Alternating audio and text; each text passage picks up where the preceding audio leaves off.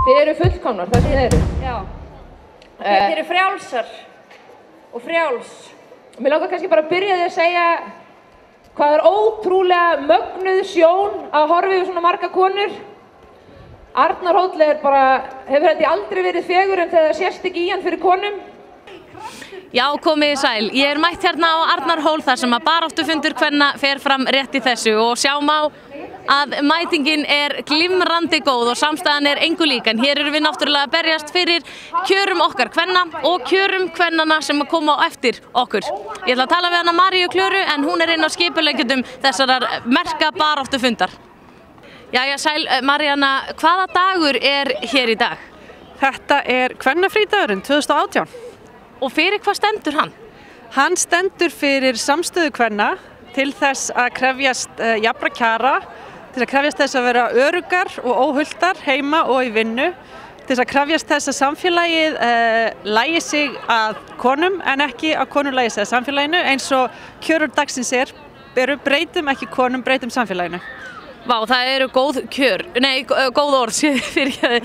En getur þú sagt okkur, getur þú gefa okkur tölur á mismunum á til dæmis launamisrétti? Já, við erum að ganga út núna, þetta er í 7. skipti sem við göngum út, konur, fyrst var 1975 og þetta er í 7. sinn og núna göngum við út, við höfum grætt nokkra mínútur síðan við gengum síðast út 2016, við göngum út 14:55. Já.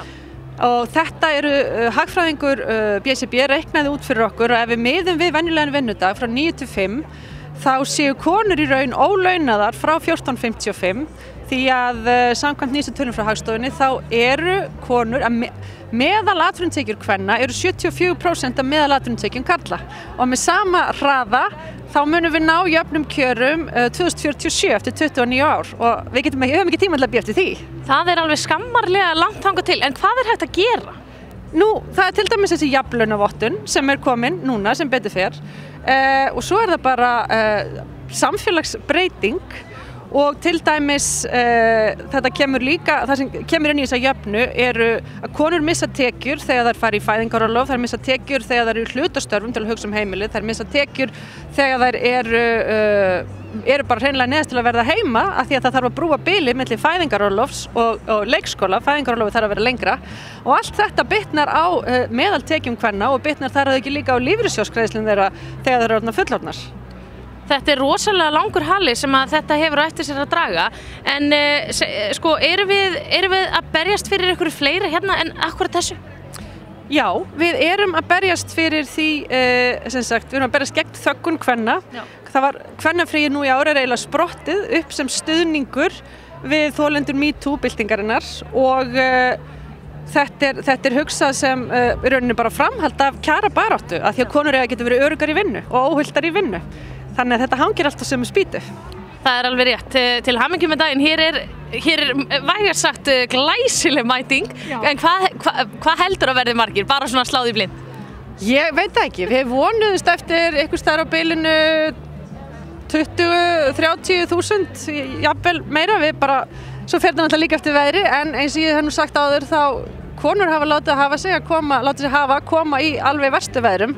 Þannig að þó þessi hvasst og pínu kalt, þá er allavega, það regnir ekki ennþá.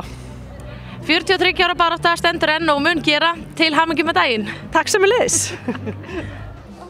Og líka kannski segja bara hvað er magnað að finna bara svona samstöðuna því það er ekkert í heiminum sem er einhvern veginn fegurra heldur en að standa með einhverjum öðrum og finna að einhver stendur með þér. Þetta er dásamlegt og nú byrjar sólin að skína og þegar ég segi sam þá ætlum þið að segja staða. Sam. Sam. Sam.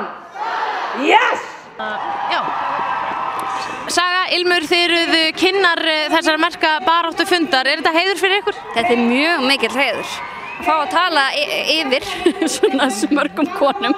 Er þetta ykkur hjartans mál?